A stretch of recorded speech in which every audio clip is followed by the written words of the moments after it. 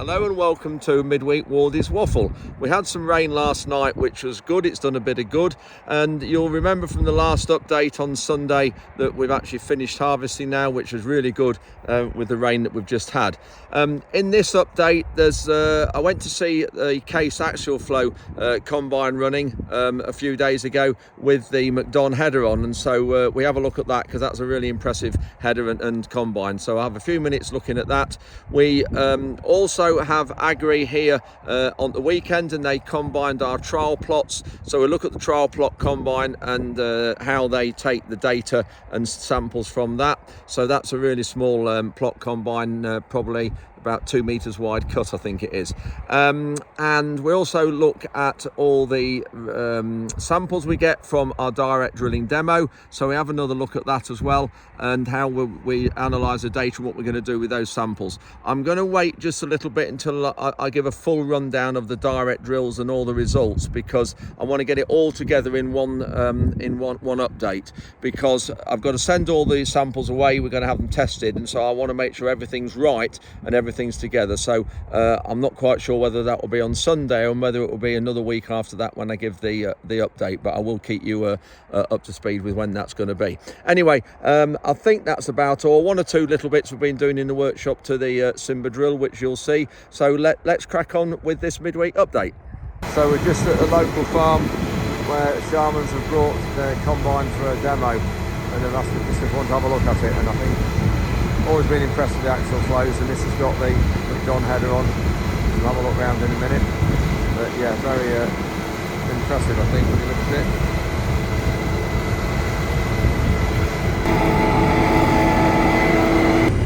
So we're on this 8250? 8250, yeah. With this McDon header in, and it's 10.5 metre, 35 foot header. Yeah. Obviously that's the tram line there. Just got some skylark plots in the field,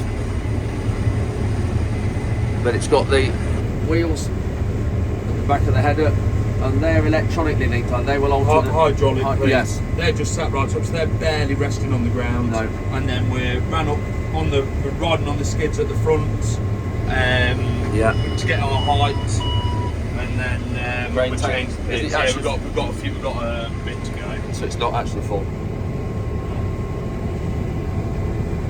So this actual flows you saw from going through the back, there's one single rotor runs right through the middle of the combine. It's such a simple combine in the back. We're just going to empty now. Spout comes down.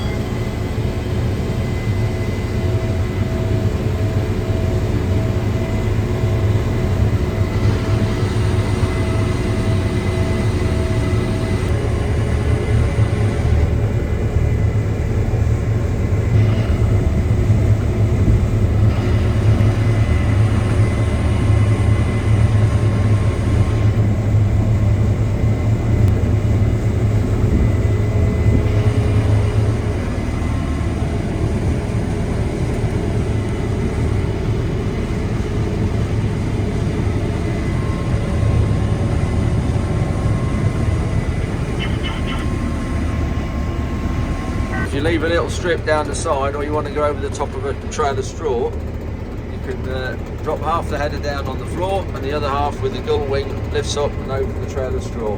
So here we go, we've got a little strip here to cut. There.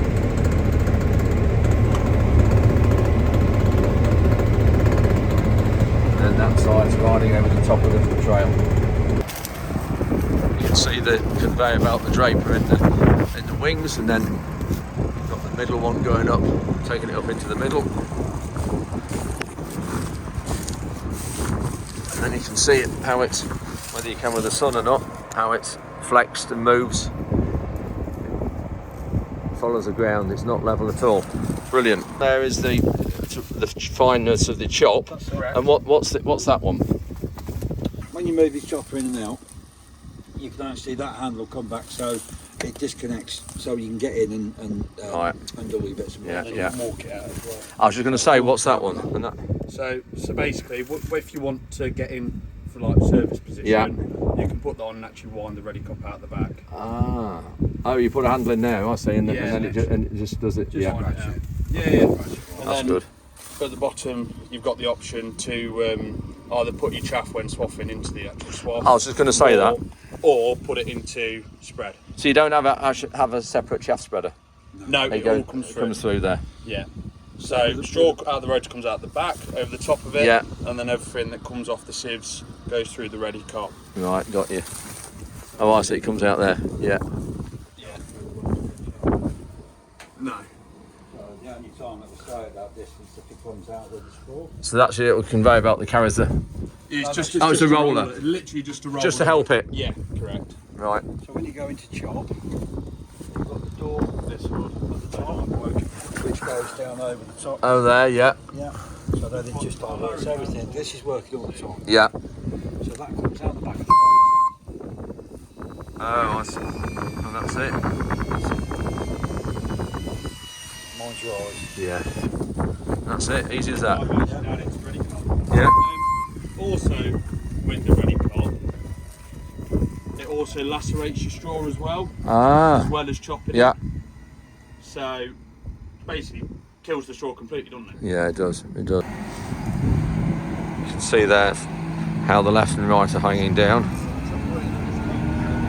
We're going to chop this now. Put this really good chopper in, so we'll see what sort of job it does on this straw. It's certainly motoring on through this week. And on the other side, to the dust from the chopper, so you're not getting a proper look, but when you're not here.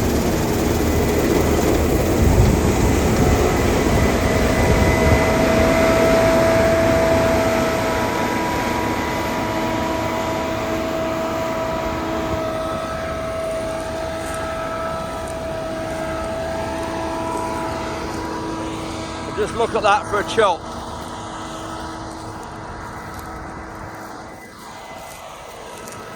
Look at that there. It's just pulverised it. And the knives at the back, they're only about a quarter of the way in, a third of the way in, if you remember from the other, looking at the other clip.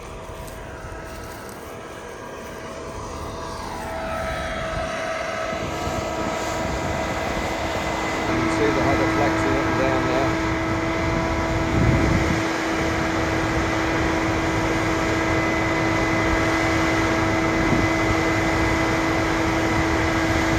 We're combining the little variety trial plots, so I wasn't quite truthful the other day when I said we'd finished. We have, but they've just got these little variety trials to go through. And we have a little plot combine which we'll talk about in a minute, and look in the cab. And we put it in the hoppers here.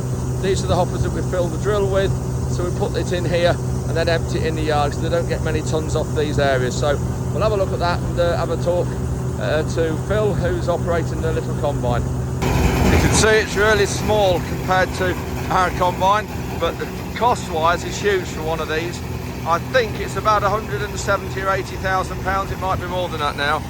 But they have a lot of technology in them, a lot of weighers and cleaners and all sorts of things for these trial plots. So the work that these combines do is hugely important. So these are the individual plots. You can just see how wide they are. I've shown you them in other videos. You can just see there, that's all the width it takes.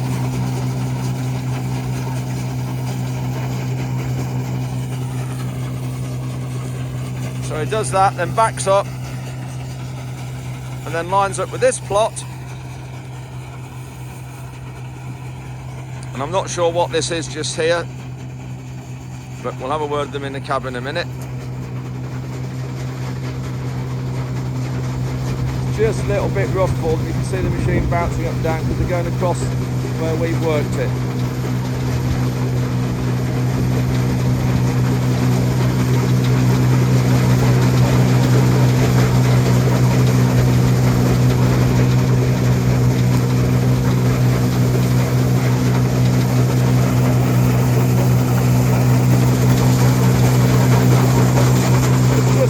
Principle of our combine, with a knife cutting at the bottom and then a reel in the middle, or an auger in the middle, big corkscrew in that black reel with the spikes on to feed the crop in, so it's just the same. what they do, they have to cut this out for a start. You can see here it's very evenly cut now down there, so all the plots are exactly the same size.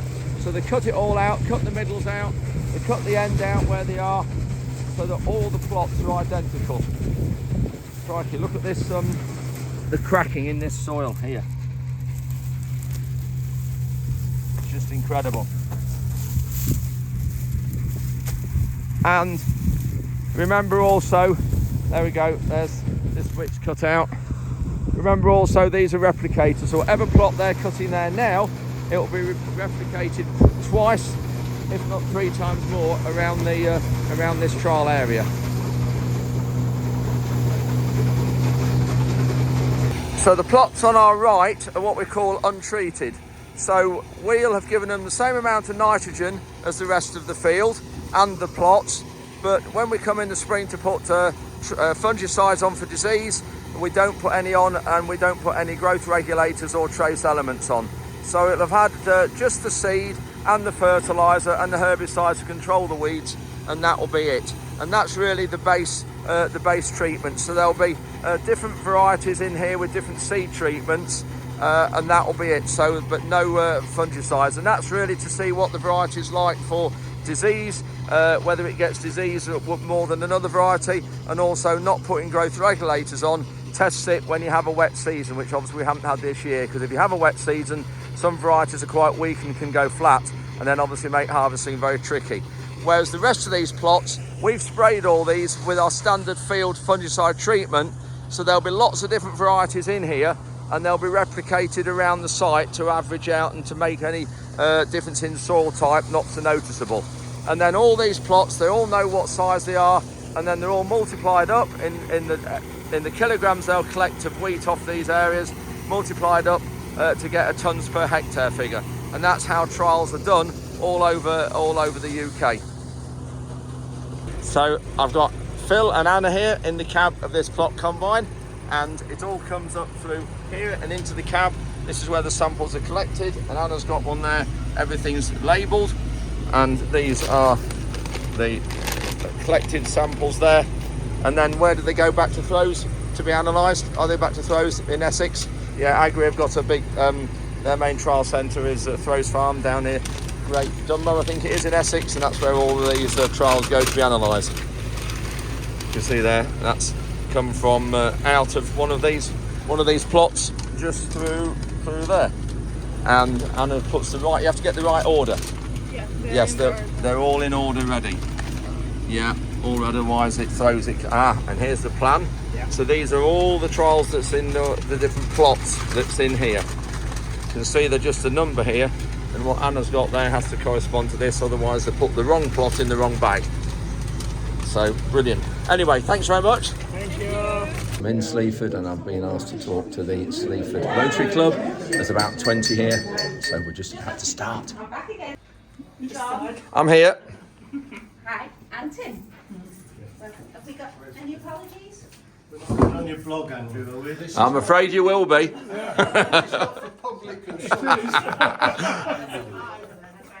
Which is why I'm stood behind the camera. Apologies. Too late. From anywhere. Greetings. John. We have got something called rain. We've finished harvesting, and we could really do with a good soaking. 20 mil today, 20 mil maybe the day after tomorrow. That would be just perfect. Whether we'll get that or not is another matter. Just driving down a small track that used to be a main road, and then it was sort of decommissioned, and it leads down to our direct drilling trial field. But just look at this rain now on this window. Really good when you see the amount that's coming at the minute. You can hear it on the window and on the roof. Now in the yard, and look at it bouncing off the concrete, which is brilliant. And also, I think, running in the gutters.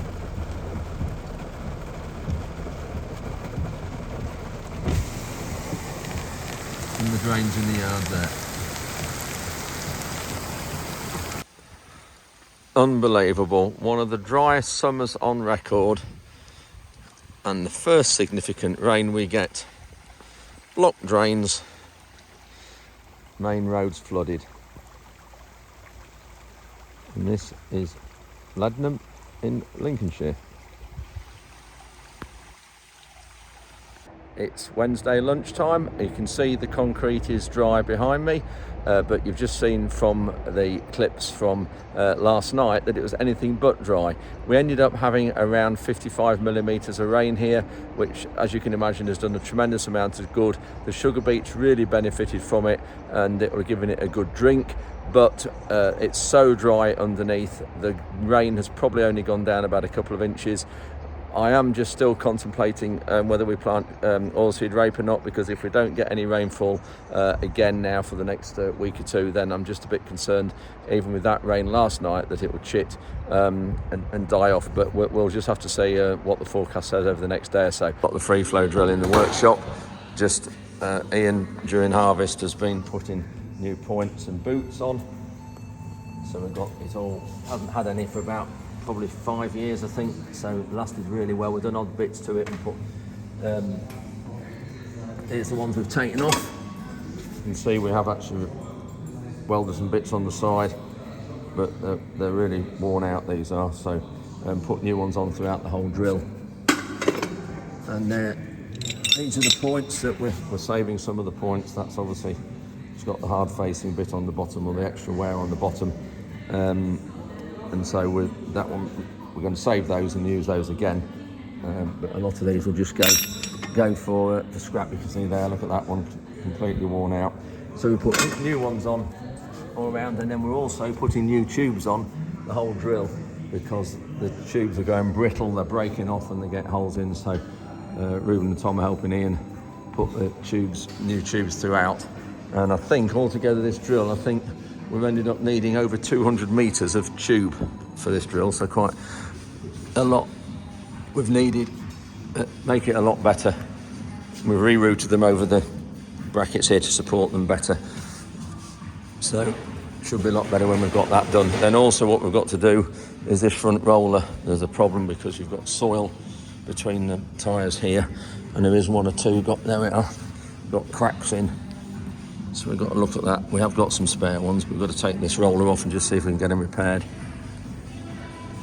But we're obviously going to be using this a lot with all the results we've been getting from this, and it still shows that it's still a good drill, and we get the best yields from this drill with our solo system.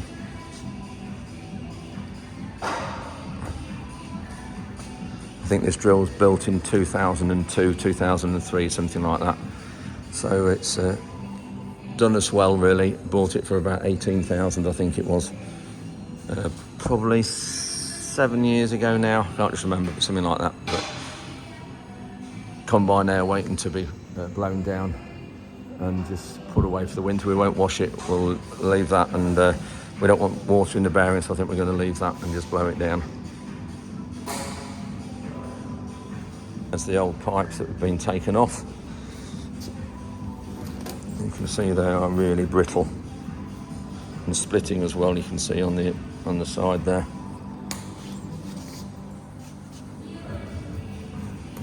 So yeah, a lot of pipe there to get rid of, but it'll be worth it in the end. So these are the rolls of the tubing, 25 metres each tube, 30mm diameter. You can see here, nice and flexible. So busy putting it on. If you look under the drill here, there are two different tines. You've got the square ones there, and then these oblong ones a bit thicker. If you remember, one other trial we did was in this field that I'm in now. This is where we've got the long-term cover crop trial. We've had it 8 years now, and also we had Agrii had got their variety trial plots here. You can just see this area behind me, and this has been cover crops now of varying descriptions for 8 years. We've had varying direct drills running in here, as well as our own free flow, and last year, if you remember, we got £180 a hectare less return off this field than the one next door towards the A17, and we always compare these fields. That one is in a conventional system, so that is soloed and pressed in the autumn when it's dry, and then left and then sprayed with glyphosate in the spring, and then go straight in with the free flow drill. Whereas this one is established the cover crop in the autumn, and the cover crop this last year was vetch, phacelia and radish and a bit of clover as well, and we put that in here. Now the cover crop didn't establish too well because the crop wasn't harvested last year until the 7th of September, and then the cover crop was planted literally the day after. We did it with our Elita, the machine we've established or we've converted for drilling rape, and this is it putting the cover crop in. We'd actually got the Unipress on the back this time as well last year, you can see, and that actually helped create a little bit of friable soil, because we do find if we're trying to direct drill here, leaving a bit of friable soil over the winter helps the following spring establishing the crop. But the problem we've got, it's just started to rain now, but the problem we've got is also we then had some sheep on and lightly grazed it. Let me just put my boot up and get the iPad off here that I want to show you in a minute. We lightly grazed the soil, but that really didn't do it any favours at all. The problem then is I think it just packed it down a bit too much. They were only on and off very, very quickly. Anyway, so that's what we had with this field. We then used the Sprinter, and those of you remember who watch these videos regularly, we had a Sprinter come and drilled in here. It was about the 9th of April, I think we did that. But I've got the yield map here, and I'm going to show you now in a second from it, because that's absolutely fascinating information. So this is the yield map from the field. This is the Bayer field view system we're using, very popular in America, and we've got every field with yield maps like it. Now that area there is this area behind me here where Agrii had their variety trials, and that is the area that they brought in the little plot combine that you've seen a few minutes ago. So, and then this area is where we drilled with the Sprinter drill. So, excuse me, Frankie, just move back a bit, thank you. So there, sorry, Frankie's just moved the fields. So that red area is what was drilled with the Sprinter drill without anything else done to it. And then down this side, around the headlands and up here, we actually went with the free flow drill to work it. Now you can see a line where we started down there and then moved that way, which is down the side of the plots here, where I'm parked here, and all that way. And you can see it's just generally there's more stubble there. And when we had it, and it really wasn't really a fair test, because it was solid and hard still, and the Sprinter had got 5-inch Dutch opener points on, and really they were too wide. But so that is the area that the Sprinter has done on its own, and I'll just try and see if we can go out here. It's where the dogs are. I'm looking after daughter Sam's Labrador this weekend, so Nala's got something to play with. But you can see here, you can tell it's on a different drill to our free flow because it's band sewn the rows when you look. But also worth noting is the patchy establishment. Look at the holes we've got here where there isn't any seed, any stubble, and obviously that's affected the yield. So that's this area out here, and you can just see another patch just there as well. And as I say, it's not a fair test really for the Sprinter. They're cracking drills, but it just had the wrong points on, and it'd have been better with some, say, 2-inch ones, a lot narrower ones on, I think. But so that's where, going back to this yield map, that's where we're parked just here, and that was the area that's all lower yielding. But the vast difference there is incredible with our free flow drill, the difference it's created. There's the key at the side. You can see 7 tonne a hectare is the very dark green areas. There's probably 1 or 2 areas. If I altered that key, which I can do, there's probably 1 or 2 areas. Let's just do that now. If I make it, say, do 8 steps, put the maximum there, a bit higher yield, go that to, I'll just try that 9, I know, and just see where that goes to. That's altering it now. That's altering the yield map.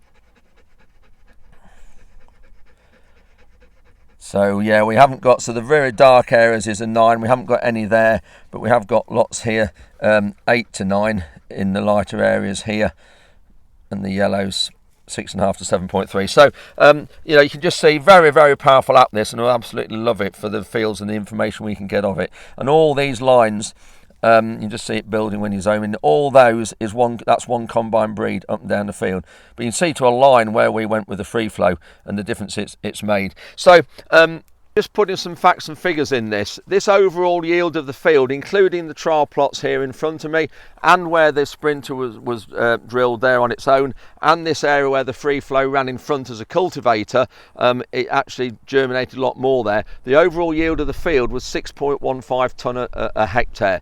The field next door, don't forget that one in the conventional system, solo in the autumn, free flow drill in the spring, 7.9 tonnes per hectare. So we have a massive yield difference yet again, and every year we do this comparison with this field, we get in this yield reduction on cover crops and direct drilling. It's malting barley in here, which hopefully it will pass the grade. If you times that by £300 a tonne, which roughly where malting barley is, and this was on a contract, you're looking at around about £520 a hectare more for that field than this field here with direct drilling and cover crops. And we're getting this time and time again now on this land, and we're getting, I've had people say, oh well, yes, it takes a long while, it takes many years for the land to adjust to direct drilling and cover crops. Well, we're already 8 years in, and on the reductions we're getting in every year, I can't afford to wait until this land here, this field, catches up with the conventionally treated field across the road there. And how many years and a financial hit have we got to have to get to this to make sure that this is actually financially viable? And I constantly bring this up with DEFRA when I have our farm charity conference calls with them, that they're basing all their new policies and the SFI, the Sustainable Farming Incentive, on information, on data from soils and farms who are able to use this type of system. Only just up the road behind me, up over the top of that hill up there, I can do that. I can do cover crops and direct drilling up there every year without getting out of bed. It's easy peasy, because it's light land. But on clay soils with 50% clay, 30% silt, it's a different ball game. And I really, really wish DEFRA would understand this, because they're discriminating against farms who have these clay soils.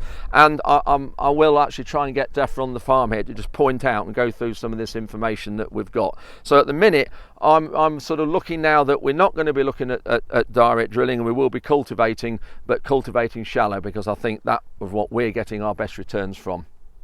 So just driving over the stubbles here, you can just see the poorer germination we've got in the area where the Sprinter was on its own. It wasn't dead level actually from the year before, so that is another problem with the direct drilling and cover crops, that you don't get chance to level it. And you can just see here as well, when you look, thinner areas there and here, which obviously has resulted in the poorer yields.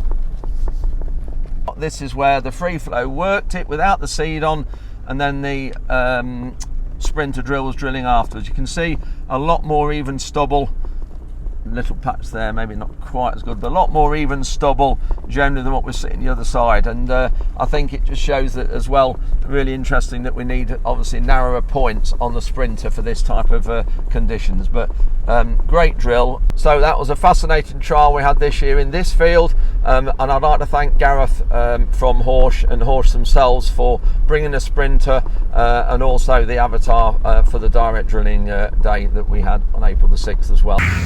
Now we've finished harvest, it's time to get the combine ready to put away for the winter. So Ruben's blowing it all down, making sure all the dust and all the chaff is out of everywhere, so it helps not to attract mice. And then we won't wash it before the winter, because water will sit in the bearings, and then when we come to start it next summer, we get bearing failure.